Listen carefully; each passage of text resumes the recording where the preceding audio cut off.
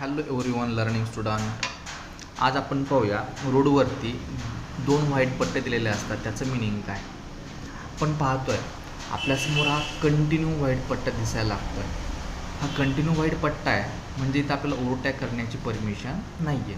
इथं ओव्हरटेक याच्यामुळं करायचं नाही की तुम्ही पाहताय रोडवर त्याचा टर्न दिसतोय, रोडचे साईन पण तुम्ही पाहू शकताय.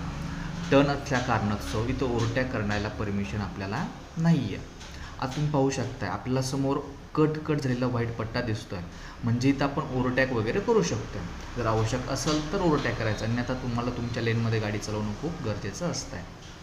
ठीक आहे, तुम्ही पाहू शकताय आपली साधारणतः स्पीड रेंज दिसते एक 50-60च्या रेंजमध्ये आहे, म्हणजे आपली गाडी साधारणतः 4थ्या गिअरमध्ये असणार आहे. तुम्ही पाहताय परत हा कंटिन्यू व्हाईट पट्टा आलेला आहे म्हणजे इथंही आपल्याला ओव्हरटॅक करण्याची परमिशन नाही आहे. म्हणजे तुम्हाला लक्षात काय घ्यायचं आहे, ज्या ठिकाणी कंटिन्यू व्हाईट पट्टा आहे अशा ठिकाणी आपल्याला ओव्हरटॅक करता येणार नाही आहे. ज्या ठिकाणी कट झालेला पट्टा असेल अशा ठिकाणी आपल्याला ओव्हरटॅक करता येऊ शकतं आहे.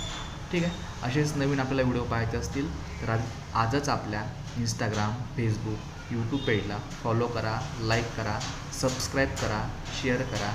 थँक्यू.